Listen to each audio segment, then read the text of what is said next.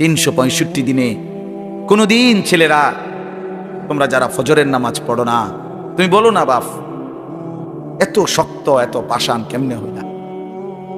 একটা বছর কোনোদিন ফজরের নামাজ পড়ো নাই, এত বড় নিকৃষ্ট জানোয়ার মুসলমানের বাচ্চা কেমনে হয়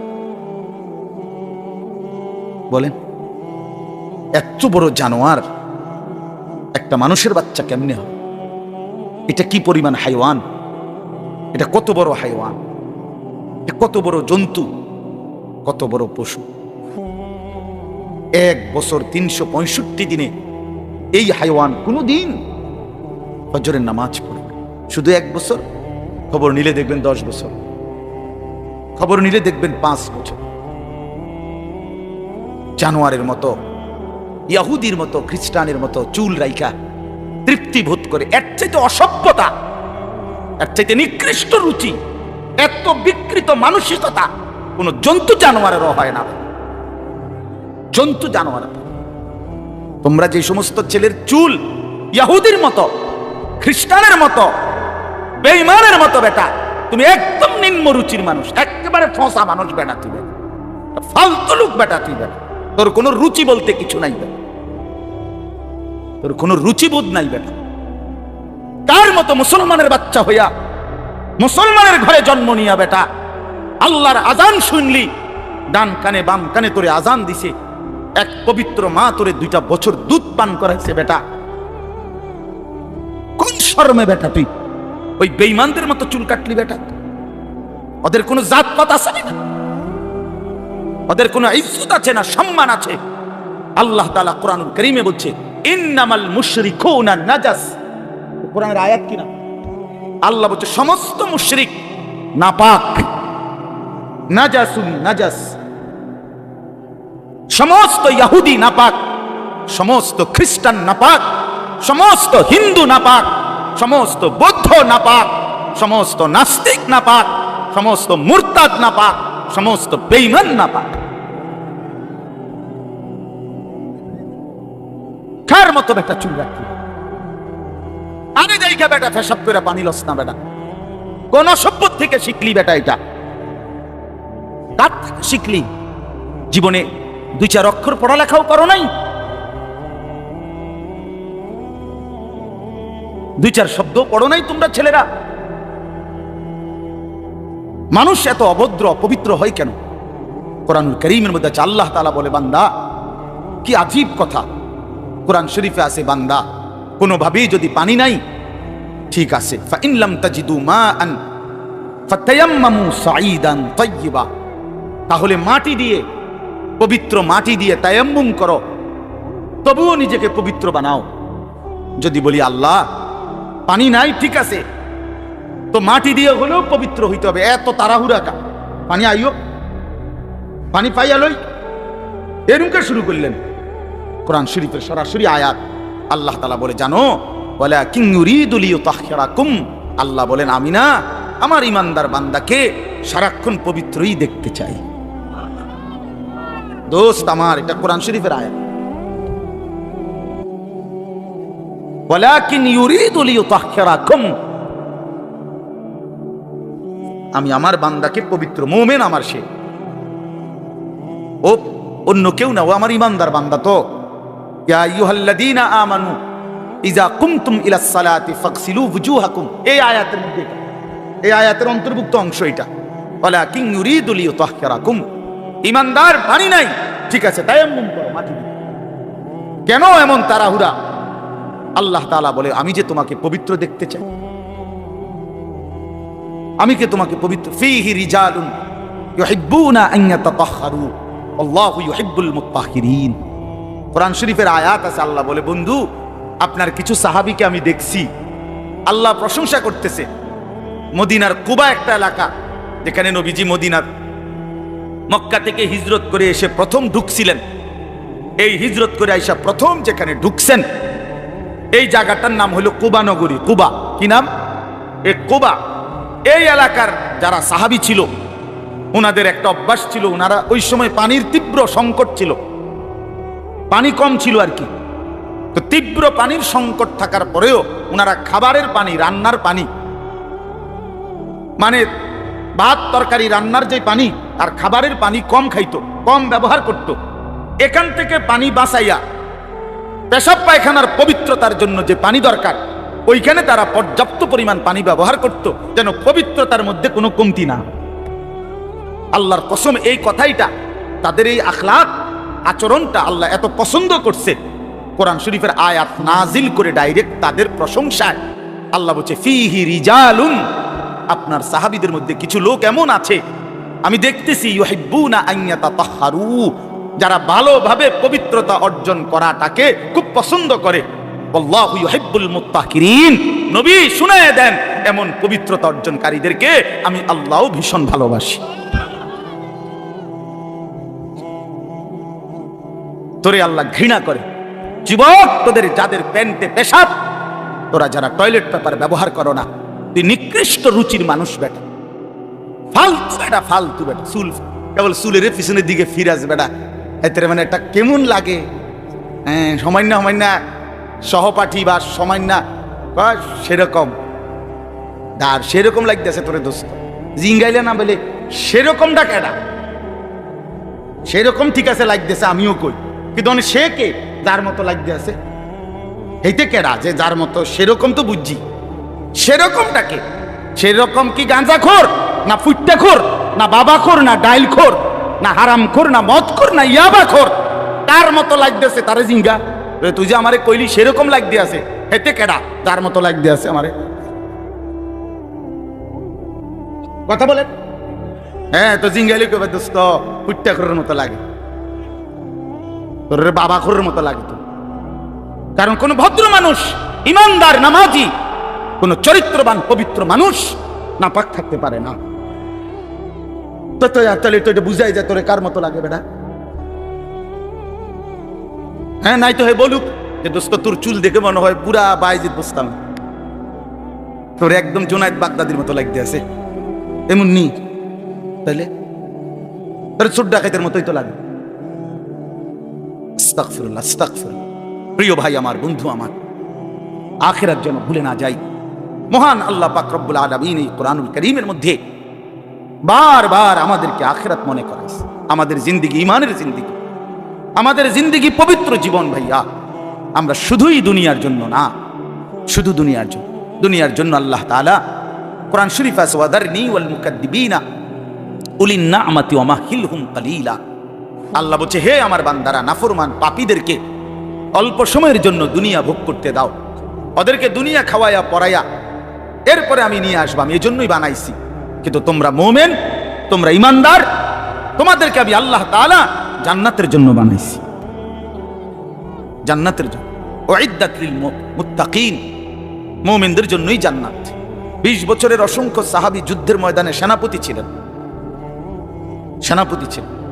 উহুদের যুদ্ধে সর্বপ্রথম আল্লাহর নবী সাল্লাল্লাহু আলাইহি ওয়াসাল্লাম উহুদের যুদ্ধের দিন, ইসলামের ইতিহাসের অত্যন্ত ভয়ানক একটা যুদ্ধের নাম হল উহুদের যুদ্ধ, যেখানে 70 জন সাহাবী শাহাদাত বরণ করছিলেন। এই যুদ্ধের সর্বপ্রথম দুশমনের বিরুদ্ধে কাফেরদের মোকাবেলায় আল্লাহর নবী সাল্লাল্লাহু আলাইহি ওয়াসাল্লাম প্রথম তীর মারার জন্য দুশমনের দিকে যাকে আদেশ করছেন, তার বয়স ছিল মাত্র 18 বছর। হযরত সাদ ইবনে আবি ওয়াক্কাস রাদিয়াল্লাহু তাআলা আনহু, নবীজি উনাকেই প্রথম বলছেন দুশমনের দিকে তীর মারো। ইরমি সাদ, সাদ তুমি তীর ছোড়ো। ফিদাকা আবি ওয়া উম্মি, এই নবী জীবনে একবার শুধু বলছে এই 18 বছরের সাহাবী যুবকের জন্য যে আমি মুহাম্মদের মা বাপ তোমার জন্য কুরবান। আর কোনোদিন নবীজি এ কথা বলে নাই। সাহাবীরা নবীকে বলতো, হে আল্লাহর নবী, আমার মা বাপ আপনি রাসূলের জন্য কুরবান হোক, এটা মহব্বতে বলতো। তো নবীজি জীবনে কাউকে বলে নাই এখন, এই একমাত্র এই উহুদের যুদ্ধের দিন 18 বছরের ওই ছেলে, এটা হলো টিফো মোবাইল, এটা জিন্দিগি এই মোবাইল লইয়াই শেষ কর, এই ছাগলামি করতে করতেই জীবন শেষ। 24 ঘন্টার জীবনটা তোমরা ছেলেরা বুঝে নিছো মোবাইল। তোমাকে এই ইবলিস শয়তান এমন ভাবে বলে দিছে যে পৃথিবীর সবকিছু থেকে আলাদা হইবি, কিন্তু এটার থেকে আলাদা হবি না। আজকে এইভাবে তোমাকে শয়তান মাথার মধ্যে তোমাকে বুঝাই দিছে জীবনটা বাইধা রাখ মোবাইলের উপর। জীবনের আর কোনো পৃথিবীতে কি হয় না হয় কিচ্ছুর দরকার নাই, তুই শুধু মোবাইলের মধ্যে ডুববা থাক। অপদার্থ এক জিন্দিগি ভাইয়া, এক ফালতু জীবন, ফালতু জীবন, একটা বর্বর জীবন। মোবাইলের আসক্ত যেই ছেলে মেয়ে, এটা একটা বাজে লোক, ফালতু লোক, ফালতু, 100 ফালতু, 100 ফালতু, 100 ফালতু, একেবারেই আকাম লাইফ, এক ধরনের অপদার্থ ছাড়া, যার পৃথিবী নিয়ে, মানবতার কল্যাণ নিয়ে, মানুষের কোনো উপকার নিয়ে, পৃথিবী নিয়ে, আখেরাত নিয়ে জীবনের কোনো স্বপ্ন নাই। শাহওয়াত, শুধু শাহওয়াত, শুধু লজ্জাস্থানের একটা চাহিদা আছে, শাহওয়াত, এইটা পূরণ কর। নারী, ছবি, নাচ, গান, উলঙ্গতা, অশ্লীলতা, বেহায়াপনা, অসভ্যতা, খালাস। এটা মজা পাইলাম, বেডি চাইলাম, সারা রাত উলঙ্গ দৃশ্য দেখলাম, জানোয়ারের মতো পড়ে থাকলাম শুইয়া। সকালে 8টা বাজুক 9টা বাজুক, যখন ঘুম ভাঙে ঘুম ভাঙলো, ফজরের নামাজ নাই, শরীর অপবিত্র, নাপাক, অসভ্য ছবি দেখতে দেখতে শরীর নাপাক হয়ে গেছে। এই অসভ্যতা, এই জানোয়ার মাতালের মতো পড়ে আছে খাটে। যখন ঘুম ভাঙে ঘুম ভাঙলো, উঠলো তো উঠলো, নাস্তা খাইলো, আবার ছুটলো, আবার মোবাইল। আহার, শরীরের পবিত্রতার খবর নাই, আখলাকের খবর নাই, নামাজেরও খবর। কি জীবন এটা!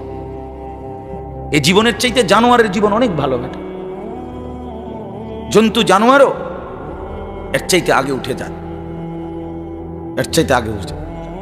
একটা সুন্দর বাণী আছে, লেখা থাকে, দেখছি, ভোরের পাখি যদি তোমার আগেই জেগে যায় তাহলে তুমি ব্যর্থ। ভোরের পাখি যদি তোমার আগেই উঠে যায় তুমি ব্যর্থ।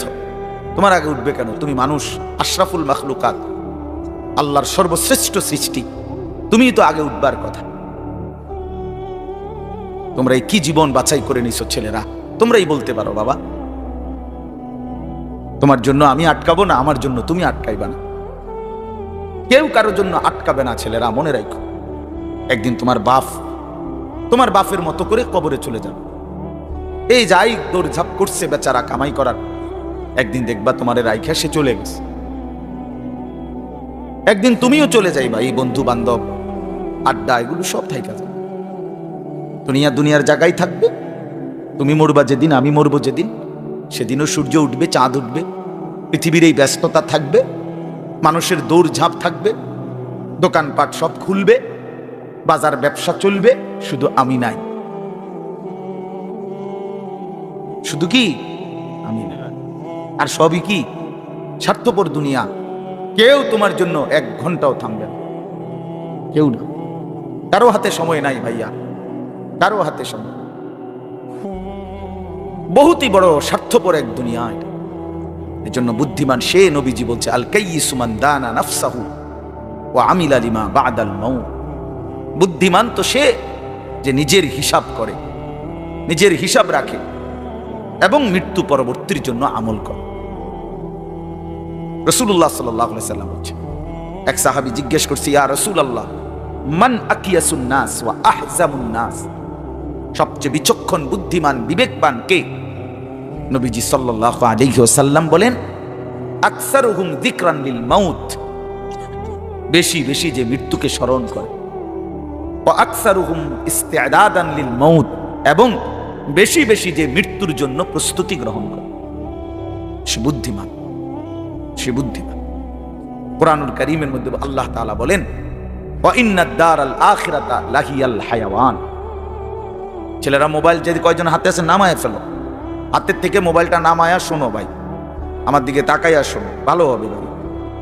তো আল্লাহ তাআলা বলেন, নিশ্চয়ই আখিরাতের ঘর জান্নাত, সেটাই কেবল জীবন। লাহিয়াল হায়াওয়ান, ওইটাই লাইফ, ওইটাই জীবন, এটাই স্টেশন, এটা প্ল্যাটফর্ম।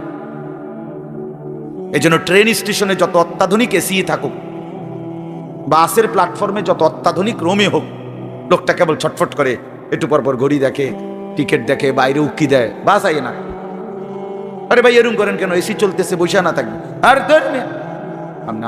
বইয়ে থাকতে মাইছি ঠিক কিনা বলে? অথচ কোনো সমস্যা নাই, এতটা অত্যাধুনিক রুম এখানে। তারা নাস্তা টাস্তা দিচ্ছে, কিন্তু হেড কেবল গরিসা, সে কেবল টিকিট চায়, সে কেবল জিগা কি ভাই আইলুনি ট্রেন আসছে, কারণ এটা যে প্ল্যাটফর্ম, সেখানে বসতে আসে নাই। রব্বুল আলামিন বলে, বান্দা বিশ্বাস করো, এটা প্ল্যাটফর্ম। মালি ওয়ালিদ দুনিয়া। রাসূলুল্লাহ সাল্লাল্লাহু আলাইহি ওয়াসাল্লাম, হাই উম্মত, দুনিয়ার সাথে আমার কিসের সম্পর্ক? কি সম্পর্ক? ইন্নামা মাসালি ওয়া মাসালুদ দুনিয়া কারাকিবিন ইস্তাওয়াল্লা তাহতা শাজারাতিন সুম্মা রাহা ওয়া তারাকা। হাদিস। নবীজি বলছে, আমার উদাহরণ দুনিয়ার সাথে কেমন শোনো।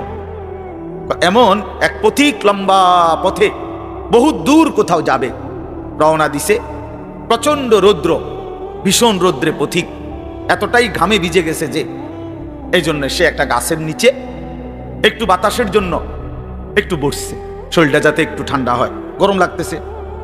তো কিছুক্ষণ পরে শরীরটা যখন একটু ঠান্ডা লাগছে, একটু বিশ্রাম করছে, তা আবার সেই পথিক তার মূল গন্তব্যের দিকে রওনা দিয়ে চলে গেছে।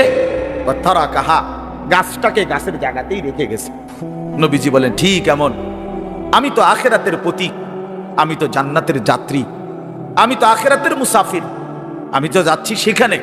তো যাওয়ার পথে মাঝখানে 60 বছর, 63 বছর, 40 বছর, 50 বছরের একেবারে সামান্য একটু সময় ওই গাছের নিচে দুনিয়ায় একটু বিশ্রাম করলাম, একটু বসলাম, আবার একটি নির্দিষ্ট সময় পরে আমি আমার আপন গন্তব্য আখিরাতের দিকেই রওনা দিলাম। দুনিয়া দুনিয়ার জায়গায় রয়ে গেল, দুনিয়া দুনিয়ার জায়গাতেই রয়ে গেল, দুনিয়া পড়েই রইল। কি ভাই, বুঝতেছেন এই কথাটা? রাসূলুল্লাহ সাল্লাল্লাহু আলাইহি ওয়াসাল্লাম বলেন, ইয়াকুলু ইবনু আদম মালি ওয়া মালি। কি আজীব হাদিস শুনেন। নবীজি বলেন, হায় বনি আদম সারাক্ষণ কেবল বলে আমার মাল, আমার মাল। দেখছেন, গাড়িটা আমার, এই বাড়িটা আমার, এই 10 শতক জমি আমার, এই সোফাগুলো আমার, এই খাট আমার। আল্লাহ নবী সাল্লাল্লাহু আলাইহি ওয়াসাল্লাম বলেন, হাল্লাকা ইবনা আদম মিন মালি। কোথায় তোমার মাল? এই বনি আদম, মাল তোমার বলতে কে বললো এগুলো তোমার? এগুলো যদি তোমারই হয়, তো তুমি যেহেতু চিরস্থায়ীভাবে দুনিয়া থেকে কবরের দিকে চলে যাচ্ছ, এগুলো সাথে নিচ্ছ না কেন? তোমার জিনিস কার জন্য রেখে যাচ্ছ? এই বেটা, ওয়াহাল্লাকা ইবনা আদম মিন মালি। কিরে বনি আদম, তোর মাল কই? তোর যদি হয় নিচ্ছ না কেন এগুলো? ওমাই মোবাইল আমার, তো আমি এটা নিয়ে যাবো না সাথে এখন, নাকি থুয়ে যাবো? কথা বলেন না কেন? তো তুমি তো দুনিয়া থেকে চলে যাচ্ছ, তো নিচ্ছ না কেন এগুলো? তোমার 10 শতক জায়গা নিবা না? সোফা এগুলো কই রেখে যাচ্ছ? এগুলো নিয়ে যাও, বিল্ডিং নিয়ে যাও। তাইলে দেখে বুঝেই নাও বান্দা, উম্মত তোমার হলো কোত্থেকে? তোমার কেবল 3টা মাল, 3টা জিনিস তোমার। নবীজি নিজে বলছে, ইল্লা মা আকালতা ফা আফনাইতা। যা সরাসরি তুমি খাইয়া শেষ করছো, খাইছিলা, এটা তোমার। আউ লাবিস্তা ফা আবলাইতা। যেটা সরাসরি তুমি গায়ে দিছিলা, পরছিলা, পোশাক তোমার গায়ে, পড়তে পড়তে এটি ফুরান হয়েছে, সিরিয়ালাইছ, এগুলো তোমার। আউ তাসাদ্দাকতা ফা আমদাইতা। আর যা আল্লাহর রাস্তায় খরচ করেছ, দান, সাদাকা, যাকাত, ফিতরা, হজ, উমরার জন্য, গরিব দুঃখী, মসজিদ, মাদ্রাসা, এতিম, গরিব, অসহায় ইত্যাদি ইত্যাদি, এই যেগুলো তুমি কি করছিলা? সাদাকা খরচ করছো আল্লাহর পথে, ফা আমদাইতা, সেটা তুমি আখিরাতে পাঠাইছো, সেটা পৌঁছে। এই 3টা তোমার। ওয়ামা সিওয়া যালিকা, আর এই ছাড়া বাকি সব ফাজাহিবুন, তোমার থেকে সরে যাবে, চলে যাবে। ও তারিকুহু লিন্নাস, মানুষের জন্যই রেখে যাবে। আপনাকে সালাম। এইভাবে তো আল্লাহ নবী সাল্লাল্লাহু আলাইহি ওয়াসাল্লাম কোরআনের আয়াতগুলো, সূরাগুলো অধিকাংশই আপনাদেরকে, আমাদেরকে ভাই বুঝাইতে চাইছে আখিরাত, পরকাল। কতভাবে ইকতারাবা লিন্নাসি হিসাবুহুম ওয়া হুম ফি গাফলাতিন মুরিদুন। আল্লাহ তাআলা বলে, বান্দা হিসাবের সময় তো কাছাইয়া গেল, আখিরাত তো চলেই আসলো, কিয়ামত তো চলেই আসলো, আজও তো তুমি গাফিল হয়েই রইলা। 40 বছর হয়ে গেছে, 1 বছর শেষ হইছে, এভাবে বুঝি নাফরমানিতে পড়ে রইলা বান্দা। 365 দিনে কোনদিন ছেলেরা, তোমরা যারা ফজরের নামাজ পড়ো না, তুমি বলো না বাপ এত শক্ত এত পাষাণ কেমনে হইলা? একটা বছর কোনোদিন ফজরের নামাজ পড়ো নাই, এত বড় নিকৃষ্ট জানোয়ার মুসলমানের বাচ্চা কেমনে হয় বলেন? এত বড় জানোয়ার একটা মানুষের বাচ্চা কেমনে হয়? এটা কি পরিমাণ হাইওয়ান, এটা কত বড় হাইওয়ান, কত বড় জন্তু, কত বড় পশু। এক বছর 365 দিনে এই হাইওয়ান কোনোদিন ফজরের নামাজ পড়বে। শুধু এক বছর, খবর নিলে দেখবেন 10 বছর, খবর নিলে দেখবেন 5 বছর। জানোয়ারের মতো, ইহুদির মতো, খ্রিস্টানের মতো চুল রাইখা তৃপ্তি বোধ করে, এর চাইতে অসভ্যতা, এর চাইতে নিকৃষ্ট রুচি, এত বিকৃত মানসিকতা কোন জন্তু জানোয়ারেরও হয় না।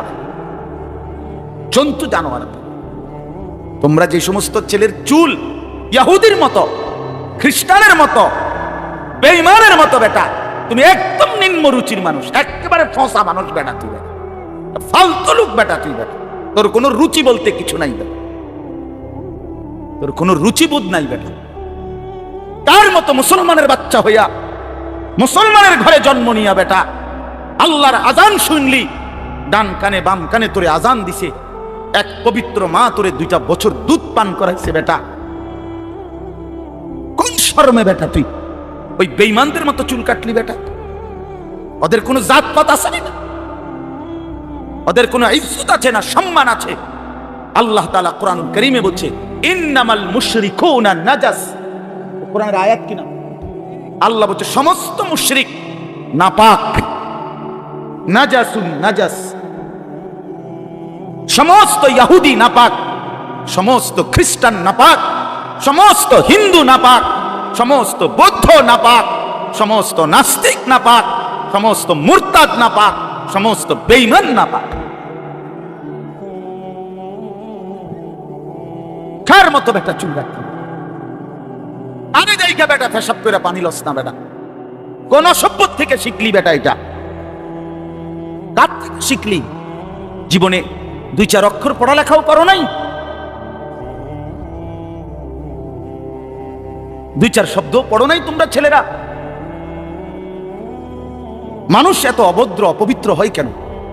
কোরআনুল কারীমের মধ্যে আছে, আল্লাহ তাআলা বলে বান্দা, কি আজীব কথা, কোরআন শরীফে আছে বান্দা কোনোভাবেই যদি পানি নাই, ঠিক আছে, ফাইন লাম তাজিদু মাআন ফাতায়াম্মামু সাঈদান তাইয়্যিবা, তাহলে মাটি দিয়ে, পবিত্র মাটি দিয়ে তায়াম্মুম করো, তবুও নিজেকে পবিত্র বানাও। যদি বলি আল্লাহ পানি নাই, ঠিক আছে, তো মাটি দিয়ে হলেও পবিত্র হইতে হবে, এত তাড়াহুড়া কা? পানি আইও, পানি পাইয়া লই, এরকম শুরু করলেন? কোরআন শরীফের সরাসরি আয়াত। আল্লাহ তাআলা বলে জানো, ওয়ালাকিন ইউরিদু লিইউতাহহিরাকুম, আল্লাহ বলেন আমি না আমার ইমানদার বান্দাকে সারাক্ষণ পবিত্রই দেখতে চাই। দোস্ত আমার, এটা কোরআন শরীফের আয়াত। ওয়ালাকিন ইউরিদু লিইউতাহহিরাকুম, আমি আমার বান্দাকে পবিত্র, মুমিন আমার সে,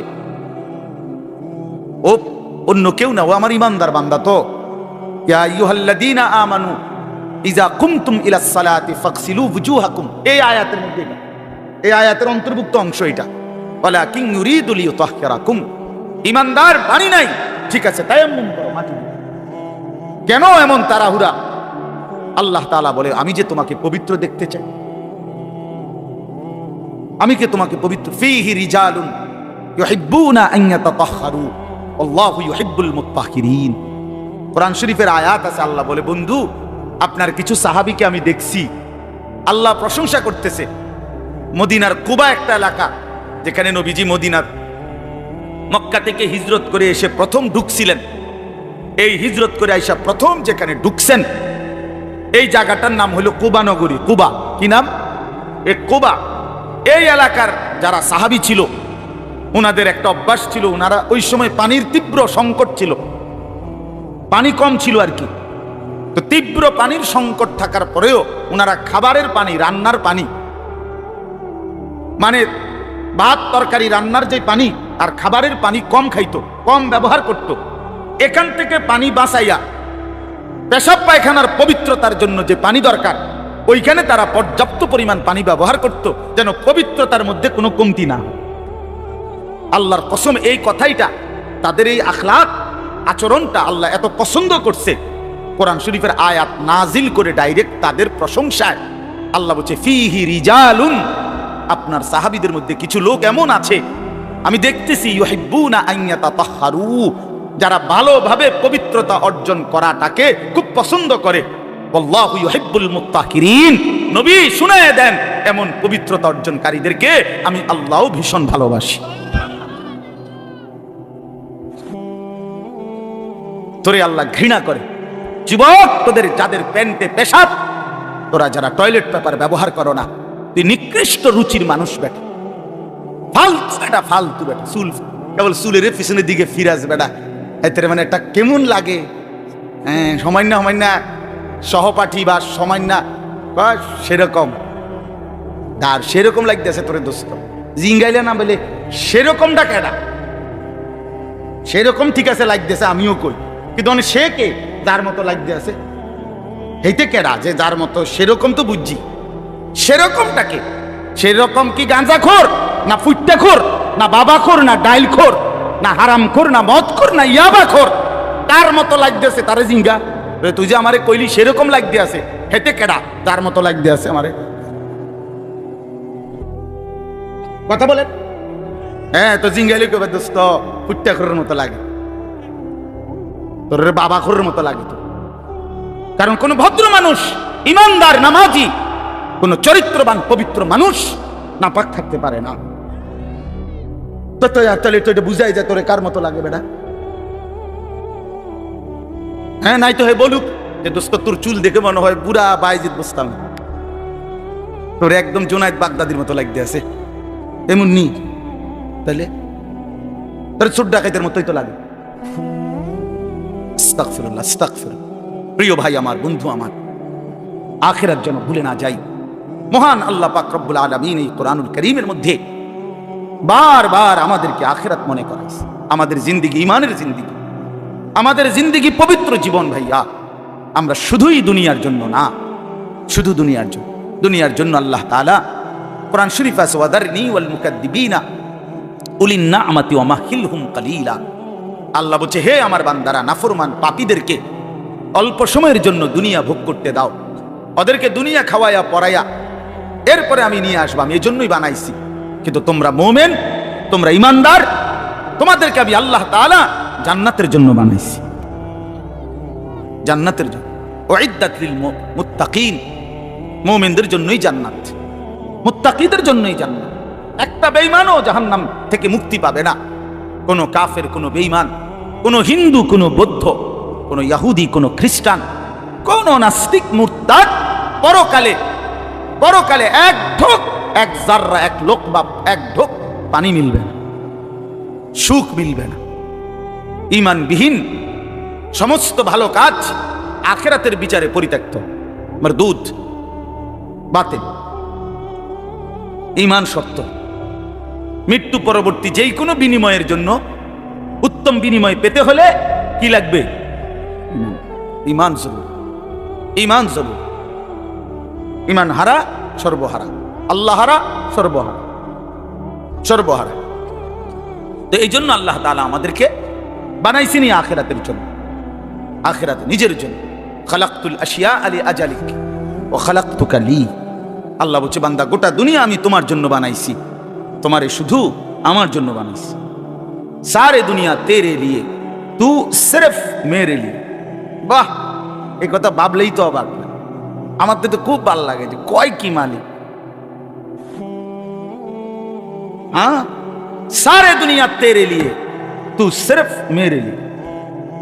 গোটা দুনিয়া বান্দা তোর জন্য, যা বান্দা সবটা দুনিয়া তোরে দিলাম, তোকে শুধু আমার জন্য রাখলাম। তু সিরফ মেরে লিয়ে, তুমি আমার জন্য, তুমি আমার হয়ে থাক, আমার সেজদা করবা, আমার নামাজ, আমার হুকুম পালন করবা। তো দুনিয়া ও ইজ্জতের সাথে আমি আল্লাহ চালাবো, আখিরাতেও তোমারে আমি আল্লাহ সর্বোচ্চ সম্মানজনক রিজিক, সর্বোত্তম জান্নাত আমি নিজে দিয়ে দেব। ফালানুহিয়ান্নাহু হায়াতান তাইয়্যিবা, ওয়ালানাজজিয়ান্নাহুম আজরাহুম বিআহসানি মা কানু ইয়ামালুন। রব্বুল আলামিন বলেন, দুনিয়াতেও আরামের জীবন দেব, আখিরাতেও সর্বোত্তম বিনিময় দেব। শর্ত কেবল দুইটা, এক নাম্বার ঈমান, দুই নাম্বার নেক আমল। মান আমিলা সালিহাম মিন যাকারিন আও উনসা ওয়া হুয়া মুমিন। আল্লাহ বলেন, পুরুষ কিংবা নারী যদি ঈমান অবস্থায় সবগুলো নেক আমল করতে পারো, আমি আল্লাহ ওয়াদা দিলাম বান্দা, দুনিয়াতেই তোমাকে আরামের জীবন দেব, আখিরাতেও সর্বোত্তম বিনিময় দেব। সুবহানাল্লাহ। চলেন, আমার কথা শেষ। আমার বাপ, আমি তর্জমা শুনাই, তাইলেই কথা শেষ। হাফেজ আমিন ভাই অনেক মহব্বত করছে, এই মাদ্রাসার মাহফিলে আসার সুযোগ হয়েছে, এতটুকুই। আরো উলামায়ে কেরাম, আমাদের আল্লামা মুফতি আমজাদ হুসাইন সাহেব হযরত অনেক অসুস্থ, উনি আজকে অনেক দিন ধরে ডেঙ্গুতে আক্রান্ত। আজকেও আসরের পরে কথা বলছি, খুব আস্তে আস্তে কথা বলে, খুব ক্লান্ত, দুর্বল। তারপরও আমারে বলছে যে আমিন ভাইয়ের মাহফিল আমি একটু লেগে হইলো আসমু। আমাদের আজকে যে একজন মাওলানা শেষ বয়ান করবে, আপনার অসাধারণ। আপনাদের ছেলেদেরকে, তোমাদেরকে বলি, বাপ আমার অনুরোধ রইল, আমার এই কথাটা রাইখো, তোমরা ওর বয়ান শুনো। আমি নিজেও ওর বয়ান শুনি, আমি নিজেও এর বক্ত। অসাধারণ বয়ান করে সে, হযরত মাওলানা মুফতি ইউসুফ বিন ইকবাল, তার বয়ান চমৎকার একেবারে। আল্লামা মুফতি আরিফ বিন হাবিব যেমন সব কথা হাদিস থেকে বলে, এই নওজোয়ান মাওলানাও ঠিক এরকম অনর্গল রাসূলুল্লাহ সাল্লাল্লাহু আলাইহি সাল্লামের হাদিস বলতে থাকে। হ্যাঁ, এজন্য সবাই ইনশাআল্লাহ এই মাওলানার বয়ান শুনবার চেষ্টা করবেন। তো তরজমাটা শুনেন। আল্লাহ তাআলা মূল বক্তব্য এটাই যে আল্লাহ আমাদেরকে আখিরাত মনে করাইতে চাইছে। কি? কোরআনুল কারীমের 30 নম্বর পারা 101 নম্বর সূরা আল কারিআ, এই সূরার আল্লাহ বলেন, আল কারিআতু মাল কারিআ। আল কারিআ অর্থ হলো যেটা দরজায় আঘাত করে, খটখট খটখট আওয়াজ করে, এই খটখটকারী। আল্লাহ বলেন মাল কারিআ, বলো তো খটখটকারী বলতে কি? ওমা আদরাকা মাল কারিআ। আবারও বলছি নবী, আপনাকে জানতে চাচ্ছি, জানেন এই আঘাতকারী খটখটকারী কি? আল্লাহ বলেন সেটা হলো আখিরাত, কিয়ামত, যেটা আপনার কাছে প্রতিদিন আমাদের কাছে খটখট করে আমাদের দরজায় যেন ঘন্টা বাজাইয়া বলে যাচ্ছে যে কিয়ামত তো চলেই আসলো। আখিরাতের প্রস্তুতি কি হলো বলো? ওই মানুষ তো মরে গেল দেখলা, তুমিও তো মরে যাবা, তোমার প্রস্তুতি কি বলো? এক লোকের জানাজা যাচ্ছিল, লাশ, তো এক বুজুর্গ আল্লাহওয়ালা ওই সামনে দাঁড়ানো, তো ওনার পাশের এক লোক বলতেছে, কার জানি কবর, কার জানি মৌত হইল, আরে কার জানি কার জানি। তখন তিনি বললেন, হয় তোমার মরণ হইল নয়তো আমার মরণ হইল। মানে এইটা ভাবো যে হয় তোমার মরণ হইছে, নইলে কার মরণ হইছে? আমার মরণ হইছে। আর ভাবো সে তো মৃত্যুবরণ করছে, তিনটা অবস্থা তার শেষ। একটা হইল আজরাইলকে দেখা, এটা তার শেষ। এরপরে জান কবজের যন্ত্রণা, এটা তার শেষ। আর জান কবজের পরে তার মৃত্যুটা বিভৎস। অনেকের মৃত্যু হইতে পারত, তার শরীর ছিঁড়া ফেলছে, তার শরীর নিশ্চিহ্ন হয়ে গেছে, এরকম আপনার মৃত্যু হইতে পারত। কিন্তু তার তো স্বাভাবিক মৃত্যু হইল যে তার লাশটা অক্ষত আছে, দেখা যায়। তুমি এবার ভাবো যে তোমার সামনে তিনটা রয়ে গেছে, যে আজরাইল তোমার সামনে কেমন দাঁড়াবে, তুমি চিন্তা করো। তোমার জান কবজের কষ্ট কেমন হবে, তুমি ভাবো। তোমার মৃত্যু কি স্বাভাবিক হবে নাকি অ্যাক্সিডেন্ট আর অস্বাভাবিক কোনো মৃত্যু হবে, সেটা নিয়ে ভাবো। তাইলে প্রতিটা মৃত্যু আমাদেরকে ঘন্টা বাজায়, প্রতিটা রাত আমাদেরকে ঘন্টা বাজায়, প্রতিটা দিন আমাদেরকে ঘন্টা বাজায় যে বান্দা সময় তো চলে গেল, আখিরাতের কি হলো, কবরের কি হলো, পরকালের কি হলো। ইয়াউমা ইয়াকুনুন নাসু কাল ফারাশিল মাবসুত ওয়া তাকুনুল জিবালু কাল ইহনিল মানফুশ। আল্লাহ বলে একদিন সত্যি সত্যি কিয়ামত হবে, ইসরাফিল ফু দিবে। সেদিন কি হবে? সেদিন সমস্ত মানুষগুলো হয়ে যাবে বিক্ষিপ্ত পতঙ্গের মতো। বিক্ষিপ্ত পতঙ্গ মানে আপনারা একদম সহজ বুঝবেন, ওই যে বাতির মধ্যে, লাইটের মধ্যে, আলোর মধ্যে অনেক সময় যে সাদা সাদা পোক এগুলো আসে, এগুলো দেখছেন? এগুলো কি কয়? উলু উলু। এই যে এই যে আর একটু বড় বড় সাদা সাদা, হ্যাঁ, এই উলু উলু, এই উলু পোকা। এইটা যেমন মাঝে মাঝে এইভাবে আসে চারদিক থেকে উইরা উইরা আইয়াই পইরা হয় আগুনের মধ্যে, বাতির মধ্যে, আলোর মধ্যে পইরা পইরা মরে, নিচে মরে। তো আল্লাহ পাক বলেন ইসরাফিল ফু দিবে, কিয়ামত শুরু হবে। মানুষ এরকম পাগলের মতো, উলুর মতো দৌড়াইয়া, পতঙ্গের মতো চারিদিকে দিক বিদিক শূন্য হইয়া দৌড়তে থাকবে। কেউ বলতে পারবে না কে কোথায় যাচ্ছে, কোথায় দৌড়াচ্ছে, কি হচ্ছে। সবাই অস্থির হয়ে যাবে। এরই মধ্যে যে যেখানে গিয়া পড়ে যাবে ওইখানেই তার মৃত্যু, ওইখানেই কম। ওয়াতাকুনুল জিবালু কাল ইহনিল মানফুশ। পাহাড়গুলো একটা নমুনা আল্লাহ বলছে, পাহাড়গুলো তুলারে দীর্ঘক্ষণ মেশিনের মধ্যে ধুনাইয়া সারলে এবার যখন ঝরঝরা হয় তুলা, তো এবার যদি বাতাস লাগে তাইলে যেমন এটা উড়তে শুরু করে, তুলা উড়ে। তো আল্লাহ তাআলা বলে পাহাড়গুলো এরকম ধ্বনিত তুলার মতো উঠতে থাকবে। পুরা সৃষ্টির সবকিছু ভাঙ্গা চুইরা শেষ হয়ে যাবে। হাসরের ময়দান কায়েম হবে। আর সেখানে কি হবে? দুইটা অবস্থা। ফাআম্মা মান সাকুলাত মাওয়াজিনুহু, সেই হাসরের ময়দানে আমলনামা হাতে নিয়ে মিজানের পাল্লায় যার নেকি ভারী হবে, ফাহুয়া ফি আইশাতির রাদিয়া, সেই সন্তুষ্টিময় আরামদায়ক জান্নাতের জীবন লাভ করবে। ওয়া আম্মা মান খাফফাত মাওয়াজিনুহু ফাউম্মুহু হাওিয়া ওয়া মা আদরাকা মা হিয়া নারুন হামিয়া। আর যার আমলনামা মিজানের পাল্লায় ওজন দেওয়ার পরে হালকা হবে, গুনাহ ভারী হবে, নেকি হালকা হবে, আল্লাহ তাআলা বলেন তার ঠিকানা হবে হাবিয়া নামক জাহান্নাম। আর আল্লাহ নিজেই বলে, নবী জানেন হাবিয়া জাহান্নামটা কেমন? নারুন হামিয়া, একেবারে প্রজ্বলিত ধাউ ধাউ করে জ্বলন্ত আগুন, এটার নামই হচ্ছে হাবিয়া। হাবিয়া। এখানে একটা কথা শুধু বলি, কথা আমার শেষ। এক নম্বর কথা হলো, এই জিন্দেগির মধ্যে যদি আমল বাড়াই তাহলে আখিরাতে জান্নাত হবে। এই জিন্দেগির মধ্যে যদি নাফরমানি বাড়াই তাহলে আখিরাতে জাহান্নাম হবে। এখানে একটা শব্দ আছে ফাউম্মুহু হাবিয়া। এই ছেলেরা, তোমাদের জন্য আমি শেষ এই কথাটা আবার বলে যাই। এই শব্দটার তাফসীর আমি আজকেও পড়ছি, তাফসীরে কুরতুবিতে, তাফসীরে ইবনে কাসিরের মধ্যে আছে। আল্লাহ তাআলা বলছেন ফাউম্মুহু হাবিয়া, নাফরমান পাপীকে হাসরের ময়দানে এই উম্মুহুর শব্দের অর্থ হলো উম্মু রাসিহি, অর্থাৎ তার মাথার সামনে যে চুল, এই চুল ধরে দাঁড়ানো মানুষটাকে বেইজ্জতি করে নিচে নামাইয়া এরপরে লাথি দিয়া জাহান্নামে ফেলে। এইটা অর্থ। এই অতএব এই লম্বা চুল, এই বিকৃত চুল ছাড়ো, ছাড়ো, নাই তো জাহান্নামের ফেরেশতা টান দিয়া ধইরা তোরে দাঁড়ানো থেকে নিচে ফেলাইয়া একটা লাথি দিয়া জাহান্নামে ফেলে দেবে।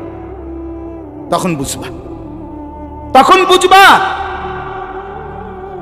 এই জন্য আমি অনুরোধ করলাম, রাগ হইও না, আমি শক্তই বললাম, মনে করো তোমরা এই স্বাভাবিক চুল রাখো, স্বাভাবিক, চারদিকে সমান চুল রাখো। এটা কোনোভাবে, এটা অসভ্যতা, এটা ফ্যাশন না, এটা জাহান্নামীদের চিহ্ন ভাইয়া, এটা দাজ্জালের চিহ্ন।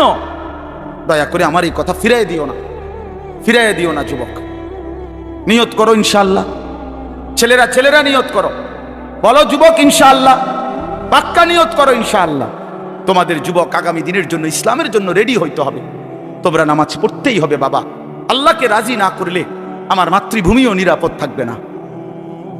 ফিলিস্তিন বহুদিন যাবত রক্তাক্ত, রোহিঙ্গা বহুদিন যাবত আরাকান রক্তাক্ত, কাশ্মীর বহুদিন যাবত রক্তাক্ত।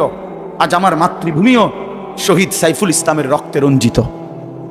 এ কথা বেঈমান প্রমাণ করে দিছে। ইসকনের গুন্ডারা, সন্ত্রাসীরা, এই বেঈমানরা প্রমাণ করে দিছে যে মুসলমান সুযোগ পাইলে তোদের কাউরে ছাড়বো না।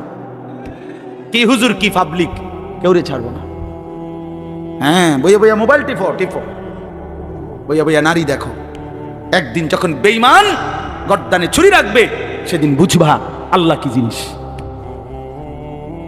আল্লাহ কি জিনিস। এজন্য মরলে যদি ইমানের সাথে মরতে পারি, সেজদা দিয়ে মরতে পারি, আল্লাহর গোলামি করে মরতে পারি, তো এই জীবন যদি চলেও যায়, রক্তে যদি জমিন ভেসেও যায়, কোনো অসুবিধা নেই। ঠিক কিনা বলেন না কেন? মরণ যখন শহীদে মরণ, খালাস, কোনো সমস্যা নাই।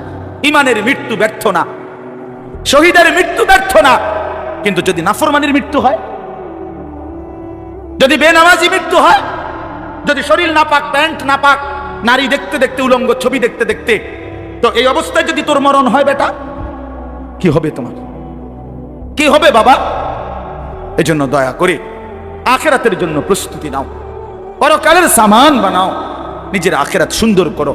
আল্লাহ তাআলা আমাদের প্রতিটা ছেলেকে তৌফিক দান করেন। বাবারা, আপনাদেরকেও বলি, 60 বছর 50 বছরে আপনারা আখিরাতের ফিকির করেন, কবরের ফিকির করেন, পরকালের সামান কি হলো সেটার ইন্তজাম করেন। খাট পালং সোফা ফার্নিচার এগুলো যে দূর হইছে হইছে, আমনে শেষ না করলেও এটি ফুলাইনে পরে করব, নাতি নাতনিরা আরো বানাইবো, এটি শেষ হইতো না। পৃথিবীতে আমনে মরার পরেও গাছ থাকবো, আপনি মইরা যান, কোনো অসুবিধা নাই, আপনি মইরা দেখবেন গাছ মরছে না সব।